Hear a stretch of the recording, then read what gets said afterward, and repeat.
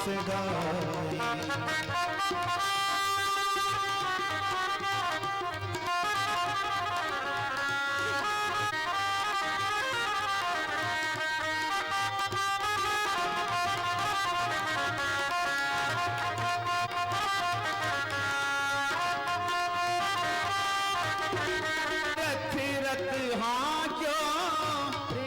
बस पार तीरथ हाथों भूल गए ठकुराई, सबसे ऊंची प्रेम सगाई, सबसे ऊंची प्रेम सगाई।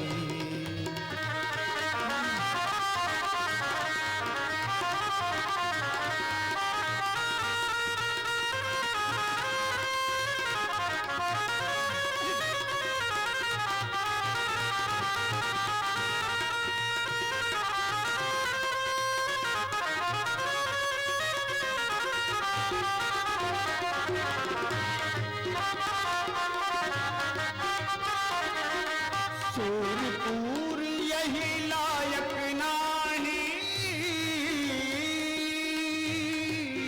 सूरपुर यही लायक नाही, कहाँ लगी करऊं बड़ाई हो, सबसे ऊंची प्रेम सगाई, सबसे ऊंची प्रेम सगाई, प्रेम सगाई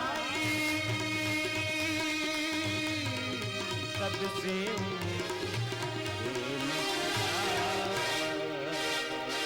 बोलिए सच्चिदानंद भगवान की जय। ये में ले लो राम कथा में, ले लो रामायण में, ले लो भागवत में, ले लो, सब जगह बताया गया है। भेद उत्पन्न नहीं, अभेद बताया। हमारे मन में क्या आ जाता है महाराज कि हमारे पास में धन संपदा नहीं है, हमारा स्टेटस नहीं है, ठाकुर जी हमारे पास में कैसे आएंगे। लेकिन महाराज रामचरितमानस जब आपने पढ़ी हो, रामायण पढ़ी हो, तो एक बिल्ली के घर पे भी प्रभु श्री राम पधार चुके थे। एक दासी पुत्र होने के कारण विदुर जी के घर पे भी आज प्रभु जी ने भोजन पाया है। क्या उनके पास में बैंक बैलेंस था, नाम था, संप्रदाय थी? नहीं, कुछ नहीं था। बैठकर प्रभु का भजन ही कर रहे थे ना वन में। लेकिन उन्होंने प्रेम से, श्रद्धा से, समर्पणता के साथ में प्रभु को याद किया और प्रभु उनके बंधन को छुड़ा गए। आज विदुर जी के घर पे महाराज उन्होंने साग तक खाया, प्रेम के वशीभूत। श्री सूत जी महाराज कहते हैं कि श्री सुखदेव जी महाराज जो परम पूज्य गुरुदेव हैं, राजा परीक्षित को उपदेशनात्मक कथा कहते हुए कहते हैं कि महाराज साक्षात भगवान ने विदुर जी को कहा है कि ना हम वसामी वैकुंठे, मैं वैकुंठ में रहने वाला नहीं हूँ। अरे मेरे को जो सच्चे मन से प्रेम से बुलाता है, मैं तो उस भक्तों के हृदय में रहता हूँ। प्रेम से बोलो जय श्री राधे, जय श्री राधे। जहाँ प्रेम है, समर्पणता है, वहीं मैं रहता हूँ, दूसरी जगह नहीं रहता। सूत जी महाराज ने सुनकादिक ऋषियों को बताया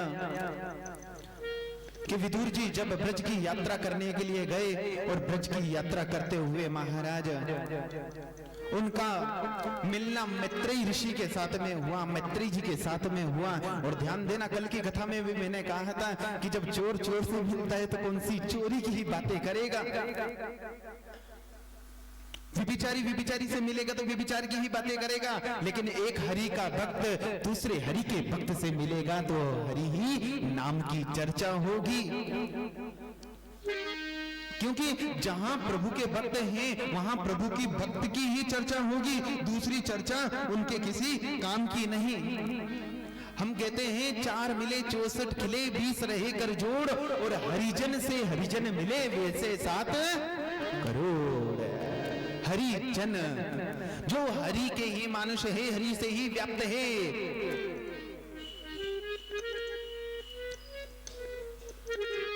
क्योंकि गीता जी के 5वें अध्याय में भी भगवान वसुदेव ने कहा है, नटवर नंद किशोर ने कहा है कि पृथ्वी पर जितने भी प्राणी मात्र चर अचाचर जगत में व्याप्त हैं, सब मेरे से ही उत्पन्न हैं और मेरे में ही समाहित है। तो जब दो भक्तों का एक साथ मिलन हुआ, ज्ञान की चर्चा होने लगी।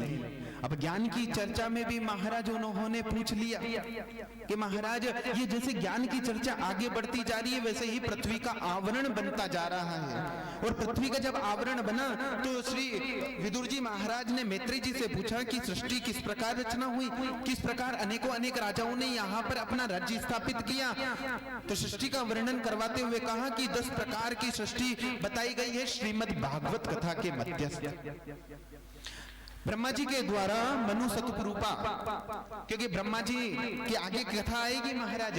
ब्रह्मा जी मानसिक सृष्टि करते थे, लेकिन शिव पुराण में मैंने चतुर्मास में बताया कि मानसिक सृष्टि से जब उनको कोई फल प्राप्त नहीं हुआ तो भगवान नरनारायण ने उनको एक संजीव पासबुक के भांति, जैसे कोई बालक को कृष्ण समझ में नहीं आता तो पासबुक सहायता प्रदान करती है, वैसे ही ब्रह्मा जी को सहायता प्रदान करते हुए क्या कहा था कि स्त्री और पुरुष के माध्यम से ही, सहयोग से ही सृष्टि का आवरण बढ़ सकता है, सृष्टि की प्रक्रिया आगे बढ़ सकती है, सृष्टि आगे बढ़ सकती है। तो मनु और सतरूपा को जन्म दिया किसने? भगवान ब्रह्मा ने। मनु सतरूपा से महाराज 2 पुत्र हुए, प्रियपत और उत्तानपाद। प्रियवत के तो 2 पुत्र हुए और उत्तानपाद के 3 कन्याएं हुई। और वो 3 कन्याएं कौन? आकुति, देवहूति और प्रसूति। आकुति का विवाह कराया गया प्रजापति ब्रह्म के साथ में, देवहूति का कराया गया कंदर्प ऋषि के साथ में, और महाराज प्रसूति का कराया गया दक्ष के साथ में। क्योंकि इनका परिचय कराना भी जरूरी है महाराज, क्योंकि एक सीढ़ी चढ़ोगे तभी तो दूसरी सीढ़ी अपने आप खुलती चली जाएगी। क्यों भगवान ने वराह अवतार लिया? हमें ऐसा तो नहीं कि डायरेक्ट पेड़ लगा दे, पहले उसमें बीज अंकुरित किया जाता है, उसके पश्चात वो हो अंकुरित होने के पश्चात पेड़ बनता है, पेड़ के पश्चात फल हमें प्राप्त होते हैं। वैसे ही यहाँ श्री मैत्रेयी जी विदुर जी की सत्संग की वार्ता जब सुन रहे थे तो बताते हैं कि सृष्टि का अवतरण कैसे हुआ।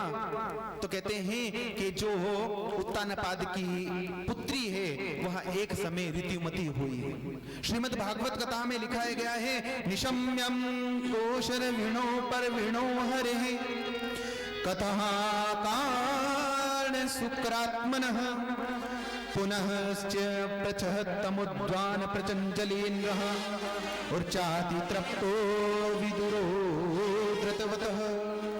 श्री सुखदेव जी महाराज राजा परीक्षित को, उधर विदुर जी मैत्रेयी जी को कहते हैं कि ब्रह्मा जी की जो पुत्री से उत्पन्न देवहूति है, वह देवहूति कंदर्प ऋषि के पास में आई। देवहूति के मन में ये उत्कंठा थी कि मैं अपने पति के साथ में योग संयोग करूं, मैं भी पुत्र उत्पन्न करूं, मैं भी पुत्र उत्पन्न करना चाहती हूं। कंदर्प ऋषि ने कहा कि ये देवी उचित समय नहीं है, तुम अभी ऋतुमती हुई हो लेकिन ये उचित समय नहीं है, ये संध्या काल की वेला है। इस संध्या काल में अगर महाराज इस प्रकार का कर्म किया जाए तो तुम्हारे गर्भ से कोई देवता उत्पन्न नहीं होगा, राक्षस ही उत्पन्न होंगे, इसलिए देवी तुम मान जाओ। लेकिन महाराज पहले भी कहा, अभी भी कहूंगा, 3 प्रकार की हट के आगे बड़ों बड़ों को घुटने टेकने पड़ते हैं। बाल हट, क्रिया हट और जोगी हट, इसके आगे सब हट जाते हैं। इनके आगे तो सबको अच्छों को हटना पड़ता है। इसको हटा दो, 2 बार लग चुकी है, हटना पड़ता है महाराज। नहीं मानी देवहूति। कंदर्प ऋषि के साथ में जब योग संयोग हुआ, संभोग क्रिया पूरी हुई, प्रतिक्रिया समाप्ति हुई, तो महाराज जब अपने किए पछतावा हुआ और पछतावा होने के पश्चात कंदर्प ऋषि के पास में आकर हाथ जोड़कर कहने लगी, मुझसे बहुत बड़ी गलती हो गई है, क्या करूं? कंदर्प ऋषि ने कहा, देवी मैंने तो पहले ही कहा था तुम्हें, जब चिड़िया चुग गई खेत फिर पछतावे का होवत है। अब मैं कुछ नहीं कर सकता कि तुम्हारे गर्भ से 2 राक्षस पुत्र उत्पन्न होंगे। देवहूति घबरा गई कि देवकन्या होने के पश्चात, ऋषियों की सन्निधि प्राप्त करने के पश्चात मेरे गर्भ से राक्षस उत्पन्न हो, मैं कभी ऐसा होने नहीं दूंगी। महाराज 100 वर्षों तक गर्भ में ही रखा उन दोनों बालकों को। कितने? 100 वर्षों तक। देवहूति के गर्भ की प्रज्वलिता इतनी होने लगी कि देवताओं के आसन तक डगमगा गए। देवता भयभीत हो गए, ब्रह्मा जी के पास जाने को कहने लगे। नरनारायण श्रीहरि की सन्निधि प्राप्त करी। भगवान ने कहा कोई बात नहीं, इधर सनकादिकों का अपमान किया था विष्णु पार्षदों ने। कौन? जय उत्पन्न किया, और उत्पन्न करते ही महाराज वज्र की भांति, पहाड़ की भांति, इतने बड़े लंबे चौड़े, इतना बल प्रकांडशाली। हिरणाक्ष जो था महाराज बहुत बलशाली था, जन्म से ही इतना प्रभाव। चाहता था कि इन देवताओं को श्रीहीन करके, देवताओं को हरा के महाराज मैं ही सर्वो अधिपति बन जाऊं, मैं ही राजा बन जाऊं, और मुझे कुछ नहीं चाहिए। महाराज इंद्र को हराने के पश्चात जब जल क्रीड़ा कर रहा था, तो जल क्रीड़ा करते करते महाराज वरुण देव से सामना हुआ। और जब वरुण देव से सामना हुआ तो वरुण देव ने कहा कि मेरे में इतना सामर्थ्य नहीं है, मैं दुबला पतला हूं, मेरे में इतना सामर्थ्य नहीं है कि मैं तुमसे लड़ सकूं, तो बताओ कौन मेरे से लड़ सकता है? तो भगवान ने भी इशारा कर दिया, क्योंकि हिरणाक्ष ने महाराज अपने बल के प्रकोप से पृथ्वी को कहा सुतुल लोक में लेकर चला गया। भगवान ने वराह अवतार धारण किया, और वराह अवतार धारण करने के पश्चात जब अपने सिंगों पर पृथ्वी को लेकर आ रहे थे, इतने में भेंट हुई। और भेंट होने के पश्चात महाराज कुछ ना कुछ कहता रहा। ध्यान देना महाराज, हाथी आगे चलता है पीछे से। ये मेरे को एक प्रसंग याद आ रहा है, आगे वाली कथाओं में कहूंगा। अस्तु। तो महाराज कुछ ना कुछ अशब्द कहता रहा। भगवान ने कहा के अभी तेरी बारी है, कहता रे